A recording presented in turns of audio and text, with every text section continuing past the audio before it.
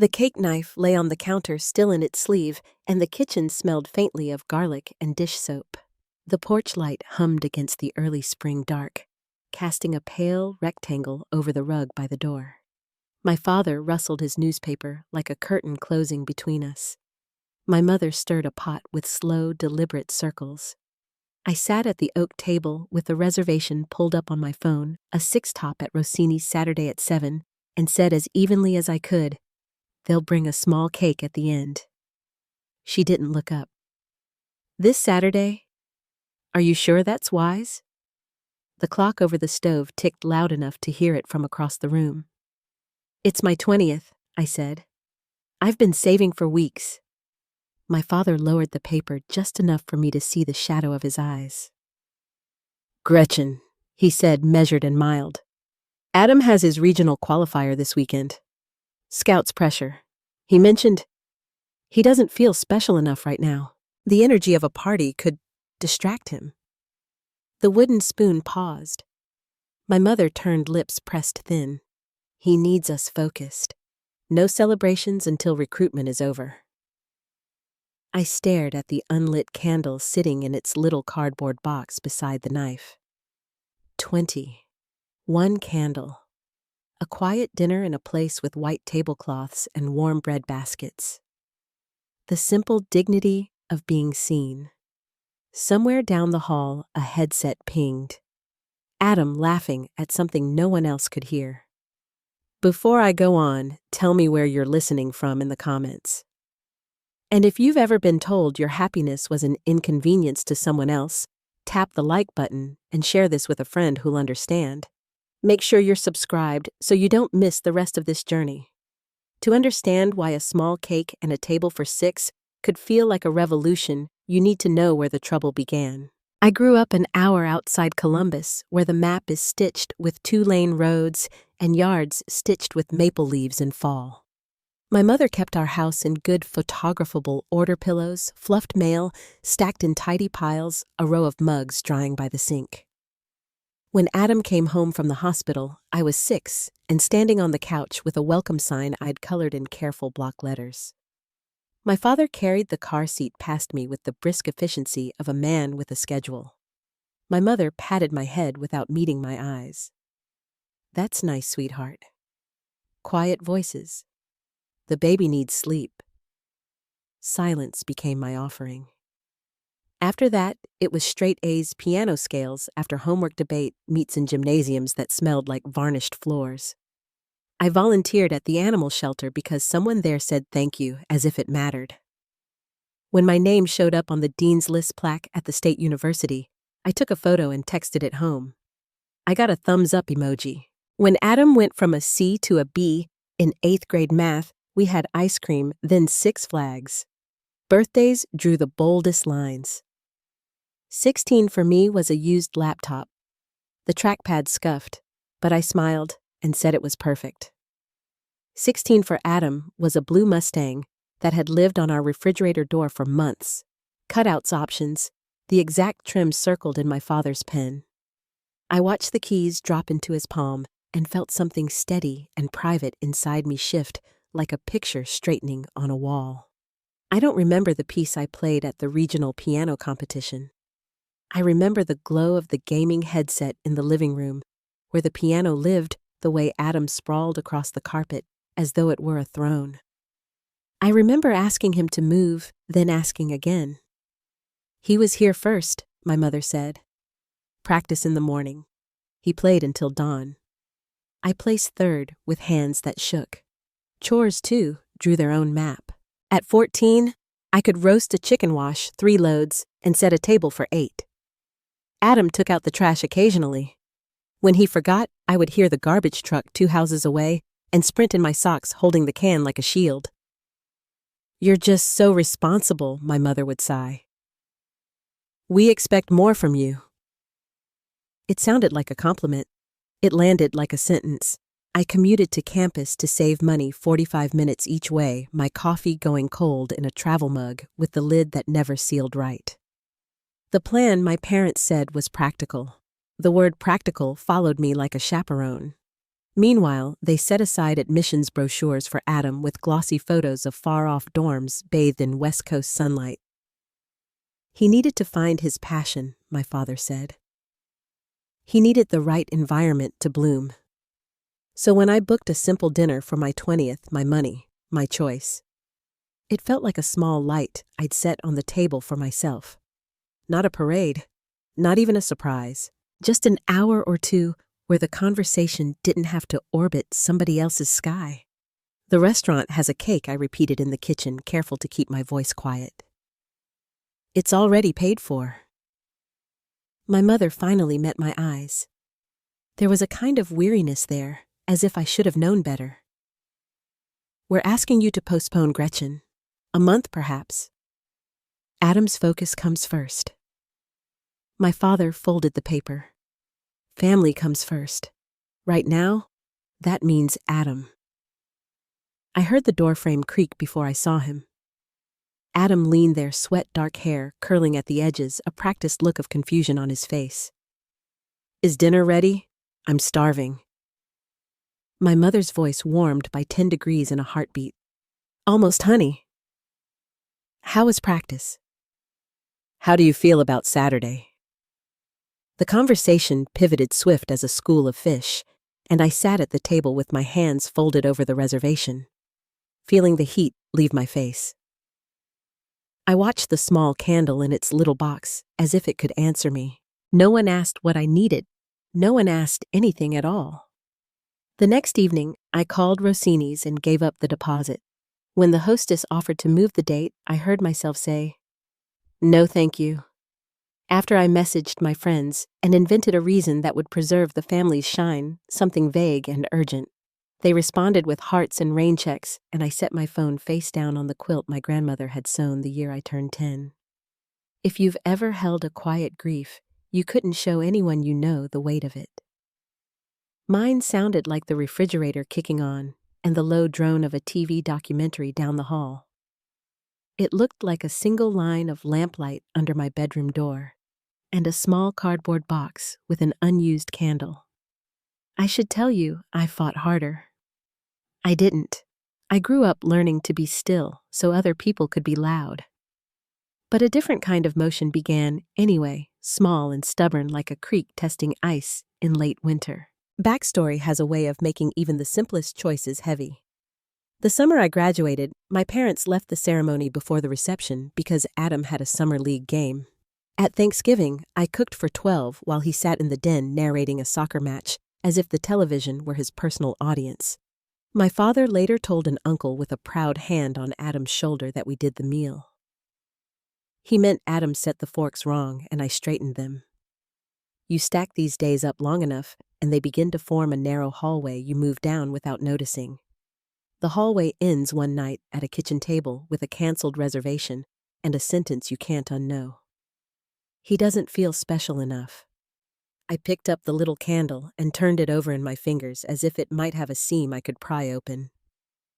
When I set it down, it tipped and rolled into the sleeve of the cake knife. The sound it made, soft, hollow, a small tap of metal against cardboard, felt like a door closing somewhere else in the house. I can move it to next weekend, I had offered earlier, still bargaining with physics. We could do Sunday brunch instead. That's not the point, my mother said. It's the message. I wanted to ask what message my birthdays had sent for 2 decades, but the words crowded my throat and went nowhere. My father smoothed the edge of the paper until it lay perfectly parallel with the table. We're done talking about this. It's a strange thing to watch your own hope take off its coat and leave. You expect noise or at least a slammed door. Mine was polite.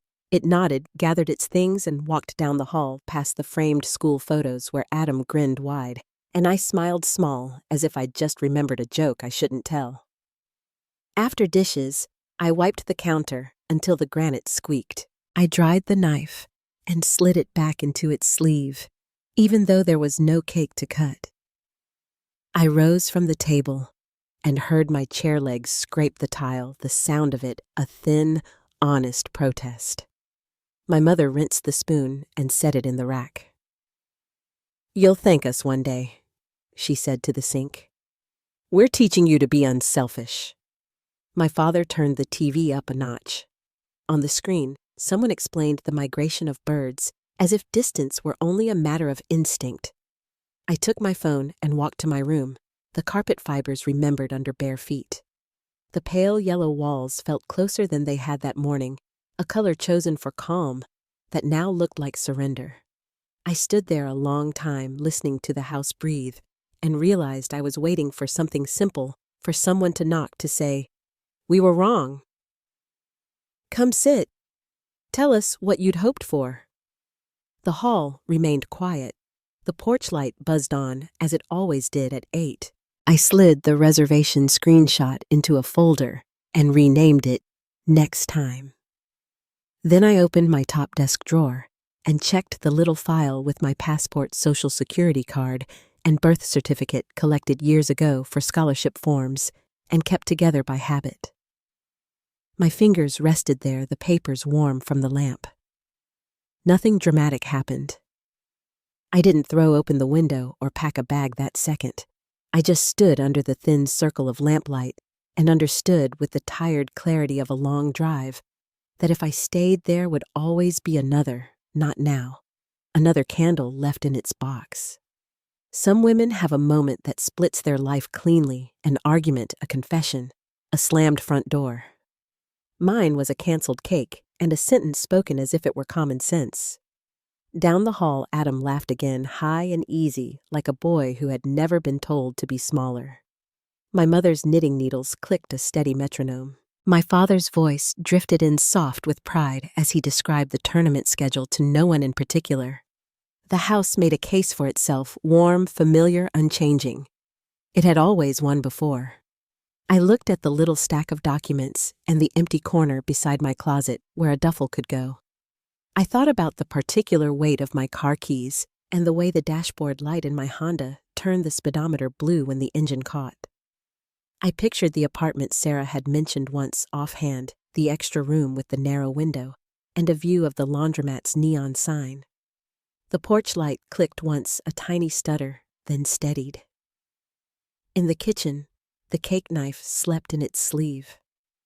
I turned off my lamp and let my eyes adjust to the dim. Somewhere outside, a neighbor's dog barked twice and fell quiet. I sat on the edge of the bed and folded the reservation printout into a neat rectangle, the way my father folded his paper and slid it under the candle box inside my nightstand. When I closed the drawer, it made a soft wooden hush. The house kept breathing. The clock kept time. In the space between ticks, something inside me finally answered back. I reached for my phone. The first message I typed wasn't to my mother or my father. It was to Sarah. And before my thumb hit send, I heard the smallest sound, a zipper my hand already moving toward the duffel under my bed. Sarah's apartment sat above a row of small shops on the edge of town, the kind of street where lights from the laundromat flickered across the sidewalk at night. When I pulled up just past midnight, the dashboard clock glowing blue, she was already standing outside in her sweatshirt and slippers, arms crossed against the chill. The moment I stepped out, she wrapped me in a hug so tight it almost hurt. I didn't realize how much I needed it until I felt myself exhale for the first time all day. Inside, her place smelled faintly of coffee and vanilla candles. Boxes lined one wall, where her old roommate had moved out, leaving half-empty shelves and the echo of a different life. She led me to the spare room, a narrow space with a single window and a mattress still in its plastic wrap. It was quiet, except for the hum of the refrigerator through the wall. "Welcome home," she said softly, trying to smile. I managed one back, though my throat felt raw. "It's just for a little while," I murmured. "Stay as long as you need," she replied. "No explanations required." We sat at the kitchen table until nearly 3 a.m, tea cooling between our hands. I told her about the dinner, the canceled reservation, the sentence that had finally broken something inside me. She didn't interrupt, just listened, nodding now and then. The street outside was silent, except for the occasional car whispering past. By the time the sky began to lighten behind the curtains, I felt both emptied and steadied. When I finally lay down, I stared at the ceiling and thought about the house I'd left. I imagined my mother knitting, my father reading, Adam still laughing at his games. They probably hadn't even noticed the missing car in the driveway yet. That thought hurt more than anger ever could. Morning arrived bright and unkind. My phone buzzed relentlessly on the nightstand, calls, texts, voicemails. I turned it face down. By noon, Sarah left for her weekend shift at the bookstore, leaving me a spare key and a note on the counter that simply read, "You're safe here." For the first time in years, I didn't have to time my day around anyone else's needs. I sat by the window and watched the sunlight move across the floorboards, slow and patient. The feeling was strange, half freedom, half fear. The quiet no longer belonged to someone else. It belonged to me. By evening, I turned the phone back on. The first message appeared within seconds. My mother's voice filled the voicemail box, sharp with disbelief. "Where are you? Adam is upset, and your father is furious. You're being selfish, Gretchen. This isn't how adults behave." Another followed from my father, measured stern. "You can't just disappear. You're still under our roof legally." Then a text from Adam, "Nice job, you ruined my tournament." I powered the phone off again and pressed my palms over my face. Outside, a storm gathered, the first drops tapping gently against the glass. I watched the rain slide down in crooked lines until the lights on the street blurred into halos. For once, no one called me for dinner. No one shouted my name from down the hall. The silence was total and merciful. Monday morning came with the smell of toast and the sound of Sarah humming. She offered me coffee in a chipped blue mug. "You're going to class, right?" I nodded. "I have an afternoon lecture." "Good," she said. "Keep your rhythm. It helps."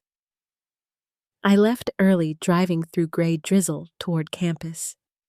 My hands trembled on the wheel, a mix of nerves and something that felt almost like anticipation. I wasn't going home after class anymore. I was driving forward.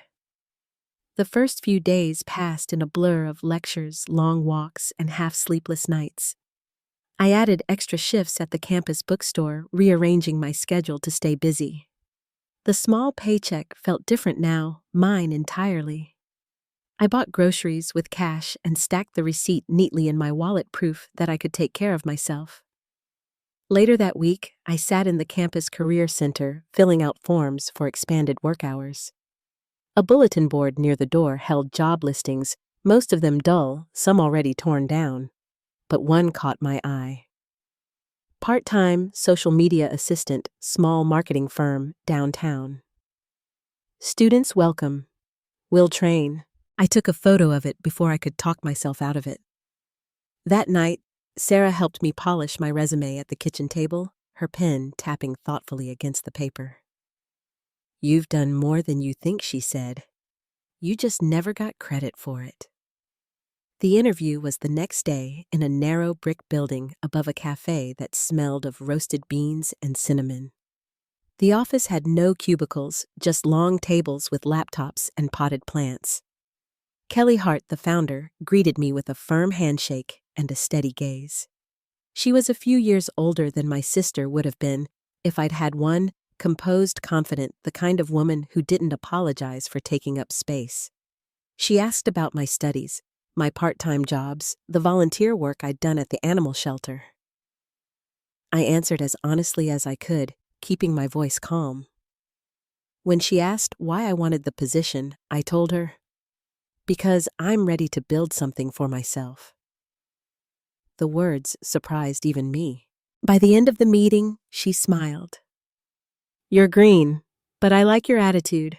We'll start you part-time around your class schedule." I thanked her twice before leaving the cool air outside, sharp with late March wind. I sat in my car for a long moment before turning the key. For the first time, I didn't picture my parents' faces when good news arrived. I just thought about what kind of shoes I'd wear on my first day. The weeks that followed built themselves quietly, one careful brick at a time. Mornings at the firm, afternoons at class, evenings writing small blog posts for clients who sold coffee candles, local crafts. Kelly was patient but exacting. She showed me how to build a campaign, track numbers, and speak in a tone that made strangers trust you. Each time she said, "Good work," I felt something unfurl in my chest that had been tight for years. I started sleeping through the night. I began to cook again, not because I had to, but because the smell of garlic and butter made the apartment feel like home. Sarah and I shared simple dinners, music playing softly from her phone, the window cracked open to the sound of traffic below. The messages from home didn't stop. They changed shape, anger fading into guilt into silence. My mother sent photos of Adam at his games, captions like, "He misses you." My father rarely texted, only short lines about responsibility and family duty. I read them all, but replied to none. The distance between us had become a kind of safety net, one I wasn't ready to untie. By midsummer, Kelly gave me a small raise and a new title, junior associate. It wasn't much, but it paid for a tiny studio apartment I found 2 blocks from the river. The space was hardly bigger than my old bedroom, but it had tall windows and light that shifted beautifully across the floor at dusk. I moved in on a Saturday, borrowing Sarah's car to carry my boxes. When everything was stacked inside, we opened a bottle of cheap wine and toasted with paper cups. "You did this," she said, grinning. "Every bit of it." I smiled, though my eyes stung. "Feels strange, doesn't it?" "Strange is how new things always start," she said. That night, I unpacked alone. Each item from the duffel found a permanent place: books on the shelf, the stuffed rabbit on the nightstand, my grandmother's pearl earrings in the top drawer. When I finished, I stood in the doorway and looked at the room. It wasn't much, but it was mine. The air carried no echo of anyone else's moods. In September, I began a small blog to document what I was learning in digital marketing. Nothing ambitious, just posts about strategy, color use, engagement patterns. Within weeks, strangers started commenting, asking questions, sharing my articles. Kelly noticed. "You've got a natural voice," she told me one afternoon. "Keep building it. Your name should stand for something." The praise caught me off guard. I had never been told my voice had weight before. I started writing more late nights with a cup of coffee, city lights flickering outside the window. My words became my own proof that I existed beyond anyone's approval. The following winter, the blog had grown large enough that industry newsletters began citing it. Kelly sent me to local business mixers, introducing me to clients twice my age. "You're the expert on social media," she'd say with quiet pride. I learned to shake hands without shrinking to meet people's eyes, and believe I deserved to be there. One evening, after a long day at work, I drove past the street that led toward my parents' neighborhood. The road looked the same: bare trees, porch lights glowing in the fog, but I didn't turn. I sat at a stoplight, fingers resting on the steering wheel, and realized how little of that place lived in me anymore. Sometimes, on quiet nights, I caught myself thinking about Adam. I wondered if he still believed I'd ruined his chances, or if he'd moved on to another explanation that didn't require self-reflection. Those thoughts didn't make me angry the way they once did. They made me tired, like remembering an illness I'd already recovered from. A year passed, almost unnoticed. My 21st birthday arrived on a crisp Saturday. This time, there was no permission to seek, no schedules to avoid. I rented a small room at a downtown restaurant, invited my colleagues, a few classmates, and Sarah, who cried when the waiter brought out the cake. The candles flickered in front of me, steady and bright. I closed my eyes and made no wish at all, just a quiet promise never to dim my own light again. Later that night, when I walked home through the cool air, I thought about the girl who had once canceled her dinner reservation to keep the peace. She seemed far away, almost like someone else, but I knew she was still part of me, the one who had packed her bags and stepped into the dark, not knowing what waited ahead. She was the reason I could breathe freely now. The river beside the street shimmered under the city lights. Somewhere in the distance, fireworks from another celebration cracked against the sky. I watched them scatter and fade, their reflections rippling across the water. My phone buzzed in my purse, another unknown number from home. I let it ring, then turned it face down. The night was too still, too honest to invite old noise back in. I walked the last block in silence, the sound of my own footsteps steady on the pavement. By the time I reached my door, I was smiling, without realizing it, the key warm between my fingers. I had no idea that peace, once found, still had to be defended. But for now, the quiet was mine, and I meant to keep it. The weeks after my 21st birthday felt different, as if life had quietly turned a page while I wasn't looking. Mornings came, with sunlight pouring through the tall windows of my apartment, brushing the hardwood in soft gold. I'd wake to the sound of the river outside, low and steady, like the world reminding me to breathe. Work filled my days, and for once, I didn't dread the hours ahead. Kelly had begun letting me take ownership of full client accounts, trusting me with meetings and creative direction. Each time she said, "You're ready," I felt something strong settle where uncertainty used to live. My confidence wasn't loud or sudden. It built like a sunrise, spreading warmth until even the shadows began to fade. By late spring, my small marketing blog had started attracting real attention. It wasn't meant to be anything grand, just a space to write about what I was learning, the patterns I saw, and the ways small businesses could tell honest stories. But one morning, over coffee, I opened my inbox to find a message from a national brand manager who'd shared my post on strategy trends. "Your insights are refreshingly clear," she'd written. Those 6 words stayed with me all day. Kelly noticed the growing buzz. She began sending me to more networking events, saying it was time people associated my name with the firm. "Be visible," she said. "People remember authenticity more than polish." So I went. I shook hands, exchanged cards, and found my footing among conversations that once would have silenced me. Each event ended the same way, walking home through quiet streets, heels clicking my mind, still buzzing with the realization that I belonged. My days were full, but calm work evening walks, the occasional dinner with Sarah when our schedules aligned. She'd watch me describe a new project and smile. "You don't sound like someone who left anymore," she said once. "You sound like someone who arrived." That summer, everything grew faster than I could have planned. The firm landed a major contract, a national sporting goods company looking to relaunch its image. Kelly called me into her office one afternoon, her expression unreadable at first. "They want a younger voice," she said finally. "Fresh eyes." I told them I have just the person. She slid a folder across the desk.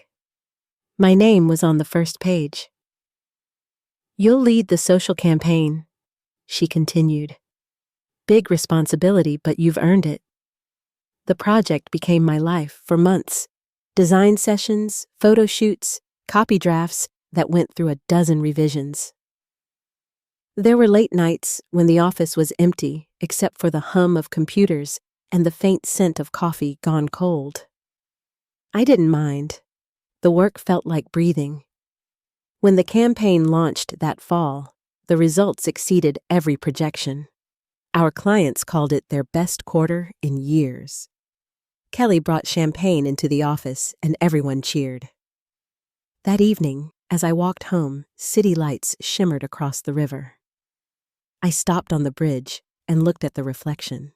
Somewhere in the quiet, I thought of my father's voice, his certainty that I'd never manage without their roof.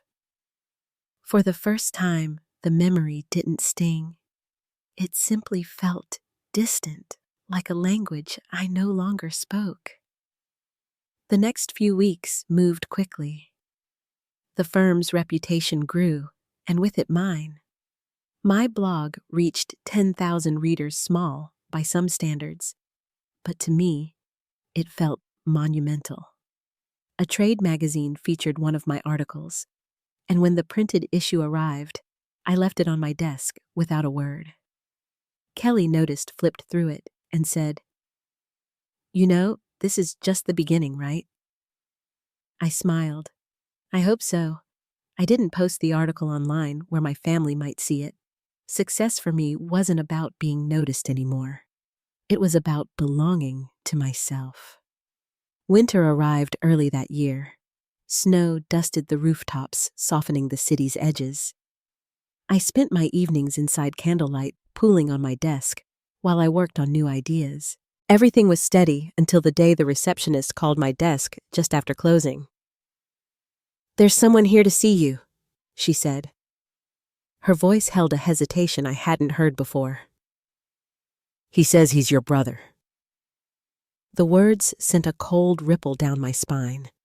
I hadn't seen Adam since the night I left. For a moment, I couldn't move. When I finally walked to the reception area, he was standing near the glass door, shoulders hunched, hands shoved into his jacket pockets. His hair was longer now, his expression uneasy. "Hey," he said, like we'd met by chance. "Adam," I answered quietly. "What are you doing here?" He shrugged, trying for nonchalance. "I saw your picture. The business magazine, that article about marketing. You're everywhere." His tone wasn't admiration. It was something tangled between disbelief and resentment. I gestured toward the small conference room down the hall. "Let's talk in here." Once inside, silence stretched thin between us. He finally spoke, pacing a little. "Mom and Dad miss you. They say you never answer their calls. They could text," I said, my voice calm but cool. "I've responded when I could." "That's not the same?" he shot back. "They worry. Everyone's been asking about you at church. You know how it looks." The words landed like a memory I'd hoped to forget. Appearances always the first concern. "What people think isn't my responsibility, Adam." He stopped pacing and stared at me. "How did you do all this? One minute you're living at home, the next you're some kind of expert. A whole office, people working for you. What did you just get lucky?" I took a slow breath. "I worked for it. Every bit of it." He scoffed. "Right. Because things always just work out for you, don't they?" I looked at him then, the same brother who once smirked as I canceled my birthday dinner, the same boy our parents called gifted while I washed dishes. Only now his bravado looked tired. "How's school?" I asked gently. He looked away, dropped out. The classes were pointless. "Dad says maybe I'll try community college, but I don't know." There it was again, the safety net they'd always spread beneath him. My chest tightened with a mix of pity and exhaustion. "I'm sorry it hasn't been easy," I said softly. "But you'll have to find your own path." He stared at me for a long moment, then his tone sharpened. "You just left us. Didn't even say goodbye. You act like you're better than us now." "That's not true," I said, keeping my voice low. "I left because staying was breaking me." He leaned forward, anger rising. "You embarrassed us, Gretchen. Everyone thinks you cut off your family to play big shot downtown."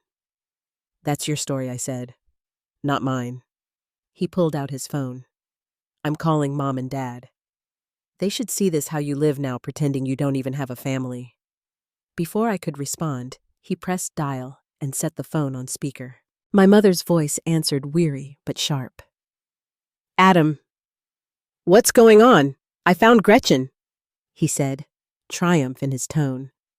"At her fancy office." "You should see it." On the other end, there was a pause. "You're with her." Put me on speaker. "Mom," I began, "this isn't the time. You think you're too good for us," she interrupted. You disappear for a year, and we have to hear about you from strangers." Behind her voice came my father's deeper one, demanding details. "Where are you?" "We're coming." I felt my pulse in my throat. The walls of the small room seemed to shrink. Kelly appeared at the doorway, then her brow furrowed. "Everything okay?" she whispered. I nodded once, though my hands trembled slightly. "They're on their way," Adam said, almost pleased. Kelly's voice was calm. "You don't have to stay for this. I can have him escorted out." I shook my head. "No, I need to handle it." 20 minutes later, my parents walked into the conference room as if stepping into a courtroom. My mother's face was tight with worry, my father's eyes hard. Adam stood behind them, silent now, but watching closely. My mother spoke first. "We've been worried sick. You barely speak to us, and now we find you living like this, acting like we don't exist." "I've been fine," I said quietly. "Working, studying, taking care of myself." My father crossed his arms. "We gave you everything, and this is how you repay us by abandoning your family." I met his gaze, steady but calm. "I didn't abandon anyone. I just stopped shrinking to fit." My mother's expression hardened. "You think success excuses disrespect? We taught you better." A bitter laugh escaped before I could stop it. "You taught me to stay quiet so Adam could feel special." "I'm done with that." Adam shifted uneasily but didn't speak. My father's tone sharpened. "Watch your attitude. You're still our daughter." "I am," I said, "but I'm also an adult. And right now, this conversation isn't helping anyone." He stepped closer, voice low. "You can't cut family out of your life." "I'm not cutting you out," I replied softly. "I'm setting boundaries." The room went still. For the first time, the words seemed to land like a foreign language they couldn't translate. My mother grabbed her purse, muttering something about ungrateful children. My father gave me one last look of quiet anger. "This isn't over." They walked out, Adam trailing behind. He didn't glance back. When the door closed, I felt the strength leave my legs. Kelly was waiting in the hallway. "You did the right thing," she said simply. "Take the rest of the day." I gathered my things and stepped into the cool evening air. The city was alive around me, but I moved through it quietly like someone walking after a storm. My phone buzzed once, a message from Adam. "Hope you're happy now. You humiliated us all." I didn't reply. The river below the bridge glimmered under the streetlights, and I stood there for a long time, letting the air steady me.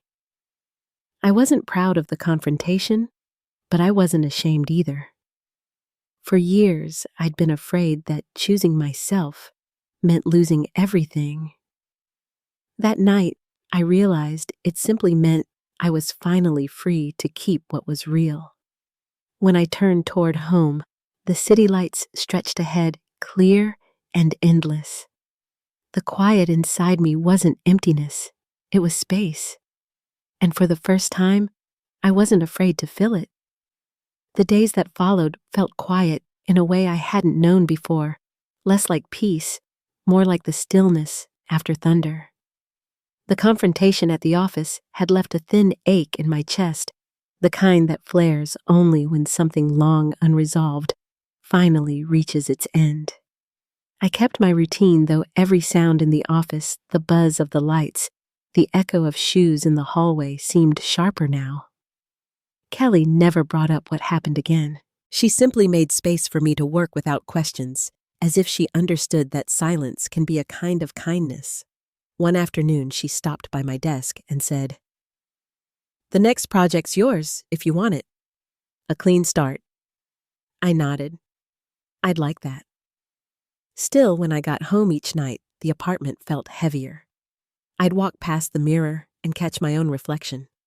Shoulders straighter, eyes tired, and think of how far I'd traveled from that kitchen table where everything began. I'd fought to become this version of myself, but the cost lingered like an old bruise. A week later, my phone rang in the middle of dinner. My mother's name appeared on the screen. For a long moment, I just watched it flash. When I finally answered, her voice sounded smaller than I remembered. "Gretchen," she said, "I've been thinking about that day. I need to say something." Her pauses were longer than her words. She told me she'd been going through old photo albums, old family videos, seeing for the first time what she'd refused to before. "I didn't want to believe it," she said, "but I see it now. How much we centered Adam. How often you were in the background doing everything quietly. I'm sorry." I sat back against the counter, the phone pressed to my ear, listening to the tremor in her voice. I had imagined this moment 100 times, but never thought it would come softly without defense. "Thank you," I said finally. "That means more than you know." "I don't expect forgiveness," she whispered. "I just wanted you to hear it." We talked for nearly an hour. About her garden, the dog, the silence in the house since Adam stopped coming home for weekends. She didn't ask me to visit, and I didn't offer. But the air between us felt different, no longer thick with guilt, just cautious and real. That night, I sat by the window, long after hanging up, watching the lights move across the river. My anger had been a fortress for so long that I hardly knew who I was without it. The apology didn't erase the past, but it loosened something that had been locked tight inside me. Weeks turned into months. My mother began calling every so often, sometimes only to share a recipe or a small piece of news. My father stayed silent. From her tone, I knew she didn't push him. Adam, she said once, was struggling, no steady work, quick to temper, unwilling to hear about me. The pity I felt surprised me. Winter came again, gray and slow. Work filled my days. My nights were spent writing, reading, cooking simple meals. One evening, Kelly invited me to a firm dinner downtown, saying it was time to celebrate the year's achievements. The restaurant was warm and golden, the kind of place that makes every sound softer. She toasted to new beginnings, and later leaned toward me with a smile. "You know," she said, "we're expanding the firm. I'd like you to head the social media division. It's time your name was on the door." Her words landed with quiet weight. I thought of the girl who once sat at a kitchen table trying to prove she mattered. I thought of the night I left the fear, the long drive towards something unknown. "Thank you," I said, "for seeing me." Kelly shook her head. "No, for showing up every day and doing the work. That's what people see." After the dinner, I walked home alone through the cold. Snow fell in slow, delicate spirals, catching in the streetlights. I didn't rush. The city felt alive around me, steady and certain. Not long after, my mother called again, this time with a quiet urgency in her tone. "Would you meet me for coffee?" she asked. "Just the two of us." We met at a small cafe halfway between our towns, a neutral place. She was already seated when I arrived, hands wrapped around a steaming mug. Her hair had more gray than I remembered. "I wasn't sure you'd come," she said, her smile hesitant. "I wasn't sure I would either," I admitted, sitting across from her. We talked about work, about Sarah, about the small things that fill an hour. Eventually, she sighed. "Your father still can't understand," she said. "He calls what you did an abandonment. I've tried to explain, but he's not ready to hear it." I nodded slowly. "That's his journey, not mine." She reached across the table, her hand trembling slightly. I'm proud of you, Gretchen. I don't think I ever said that before. The words caught me off guard. I hadn't realized how much I still needed to hear them until they were spoken aloud. My eyes burned, but I smiled instead of crying. Thank you, I said. We hugged before leaving an awkward tentative gesture that somehow meant more than all the apologies in the world. Months passed before I saw Adam again. It happened at a cousin's wedding the following summer.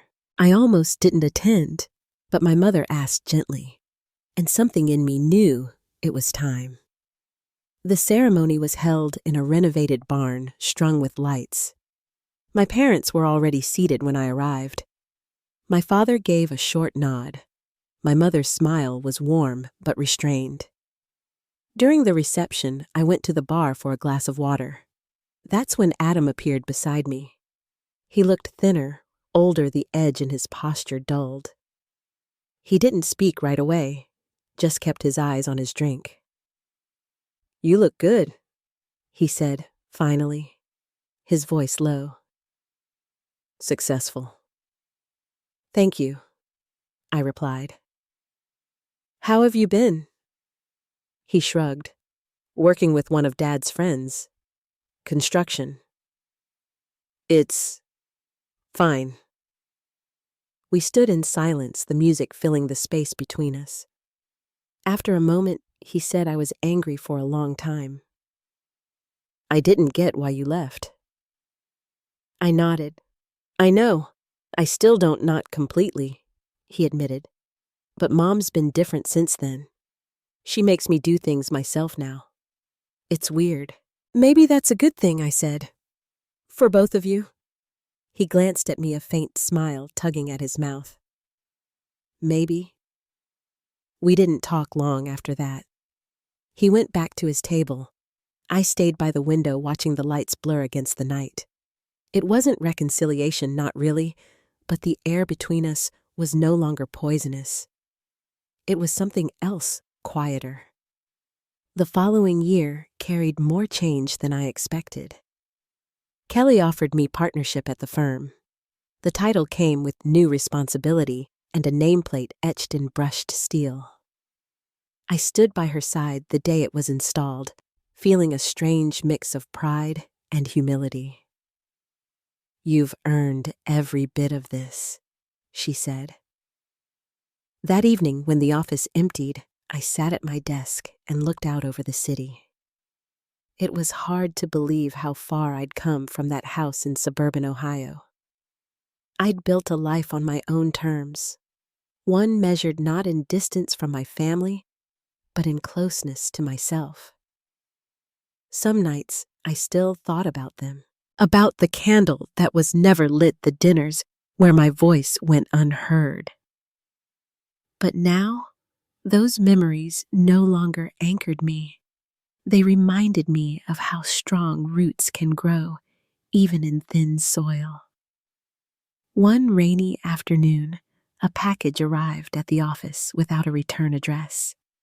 Inside was a small box of homemade cookies and a note in my mother's looping handwriting. "Proud of you. Always have been, even when I didn't show it." I closed the box carefully and set it beside my computer. The scent of sugar and cinnamon filled the air, soft and familiar. That evening, as I locked up, the rain eased into a mist. The city glowed through it, every light doubled by reflection. I stood under the awning for a moment, breathing it in, the sound of cars on wet pavement, the low hum of distant music, the steady rhythm of my own heartbeat. For so many years, I'd chased acknowledgement, thinking it would heal what was broken. But the truth was quieter than that. Healing had come from the small things, showing up, building trust, forgiving in measured degrees. When I reached home, the apartment smelled of the candle I'd left burning on the counter, lavender and cedar, the same scent I'd carried with me since the day I moved out. I set my keys down, poured a glass of water, and looked at the framed photo on my bookshelf. A snapshot from the firm's anniversary dinner, Kelly and Sarah on either side of me, all of us laughing. I didn't need anyone's permission to celebrate anymore. I was living the proof that love and respect could be chosen, rebuilt, and defined on new terms. Outside, thunder rolled softly over the river. I turned off the lights, leaving only the candles glow. Tomorrow would bring its own challenges, its own noise, but for the first time in years, I felt ready for all of it, the kind of readiness that comes not from armor, but from peace. The morning after the storm broke, the world felt quiet again. Not empty, just still. Through my living room window, the city looked washed clean, the streets shining from overnight rain. The hum of traffic below was softer, like everything had learned to whisper. I stood by the window with a mug of coffee warming my hands, watching the sky trade gray for gold. That silence felt familiar now, but no longer lonely. It was the kind that comes after hard work, after long nights' tears, and the weight of things you finally set down. For years, I had lived inside noise demands, expectations, guilt disguised as love. Now the quiet felt earned. The office opened late that day. Kelly stopped by my desk, as she often did, leaning against the doorway with her usual calm smile. "You good?" she asked, meaning far more than work. I smiled back. "Better than good." She nodded once satisfied. "We've got that new client meeting at 11. No rush. Take your time getting there." Moments like that reminded me how rare genuine kindness could be, the kind that asked nothing in return. Working beside her had changed how I measured success. It wasn't about how loud people clapped, but how grounded I felt in my own footsteps. By early afternoon, sunlight poured through the office windows, catching on the brushed metal of my new nameplate. Gretchen Thompson, partner. I ran my thumb across the engraved letters, the cool surface steady beneath my touch. A simple thing, but it carried the weight of every night I'd doubted myself. When I left that evening, the city smelled of spring rain and blooming trees. I took the long way home, walking past the park, where children's laughter floated on the breeze. A woman on a bench was reading to her son, his head resting against her shoulder. The tenderness of it didn't hurt anymore. It just felt like something I could appreciate without envy. Later that week, my mother called. Her voice was lighter than before, the careful tone she used when she wasn't sure how far she could reach. "Your father and I were thinking," she began, "maybe you could come by for dinner." "Nothing fancy, just us." There was no pressure in her words, only an invitation wrapped in uncertainty. For a moment, I listened to the quiet between us, the years it took to get here. "Dinner sounds nice," I said. She exhaled softly, as if she'd been holding her breath. Sunday at 6, I could hear the clink of a spoon on a teacup in the background, a small, ordinary sound that felt strangely comforting. "I'll be there." Sunday came with soft light and a cool breeze. As I drove toward the old neighborhood, my hands stayed steady on the wheel. The streets were the same houses, the same yards, the same maple tree outside our gate, but the air felt different. Maybe it was me who'd changed. When I parked, my mother was waiting on the porch, wearing the same apron she'd always worn, though it looked faded now. She smiled, tentative but real. "You made it." Inside, the house smelled like rosemary and roasted chicken. My father sat at the table reading the paper as always, though his posture was less rigid. He looked up as I entered. "Gretchen?"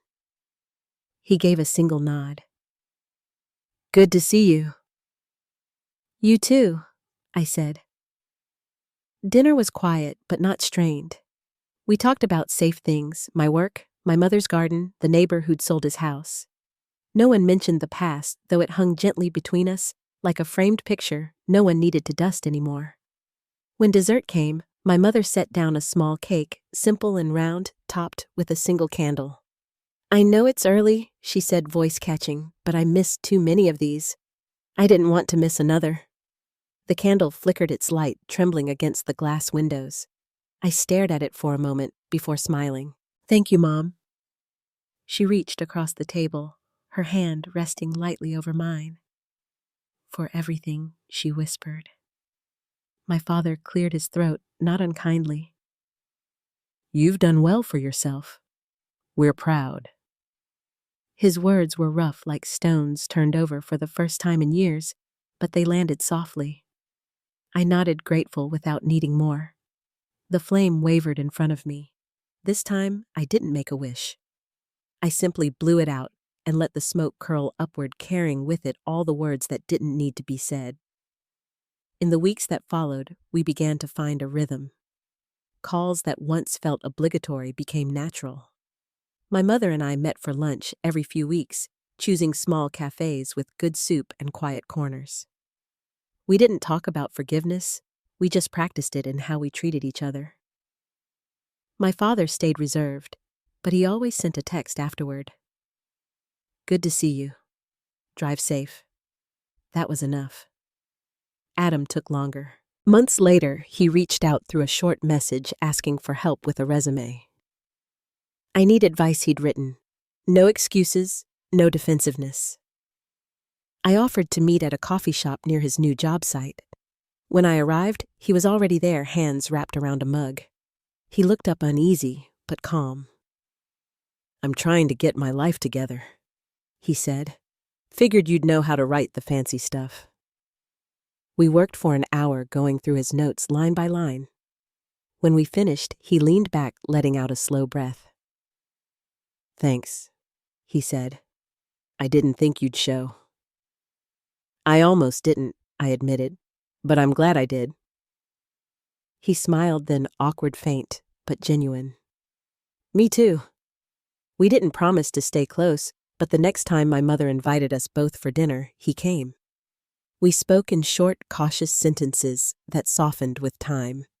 It wasn't warmth yet, but it wasn't ice either. It was the kind of middle ground where new things quietly begin to grow. Life settled into something steady after that. The firm continued to thrive. My name started appearing in articles, conferences, even podcasts. Sarah teased me about becoming a reluctant public figure, and I laughed because she wasn't entirely wrong. But fame wasn't the goal.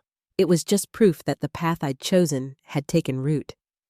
Some evenings after long days at work, I'd walk home instead of driving, letting the city hum around me. I'd pass shop windows glowing in the dusk, hear music from open bars, smell the sweetness of rain on pavement. The world moved as it always had, but I no longer felt invisible in it. Sometimes my mother would call just to ask about the weather, or to tell me she'd seen one of my articles online. "Your father printed it out," she said once, laughing softly. He put it on the fridge.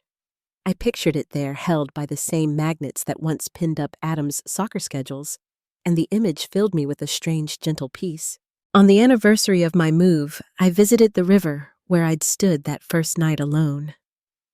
The water shimmered beneath the setting sun, gold and blue interlaced like ribbon. I sat on the bench and watched as the light began to fade. Everything had changed, yet the air felt familiar, cool, alive, honest. I thought about the girl who once left home with 3 bags and a shaking heart. She had no idea that walking away wasn't an ending at all. It was a beginning, written in quiet defiance. I pulled my coat tighter and smiled to myself. Peace, I realized, isn't what you find when everything's fixed. It's what you build when you stop waiting for permission. When I got home, the apartment was filled with warm lamplight. A single candle burned on the counter, its scent of cedar and lavender curling through the air. I set down my keys and stood for a moment, just listening the hum of the city outside, the faint rush of wind against the window pane, the stillness inside my own chest. I blew out the candle and watched the smoke spiral upward, thin and graceful. It reminded me of the one my mother had lit at dinner, the first and only time she'd tried to give back what had once been denied. Maybe that was what healing really was, not forgetting, but making room for softness, where pain used to live. If this story spoke to you, tell me where you're listening from in the comments below. And if you've ever had to build peace from the pieces someone else left behind, share your thoughts and subscribe for more stories like this one. Sometimes the quiet we create for ourselves becomes the loudest proof that we've finally come home.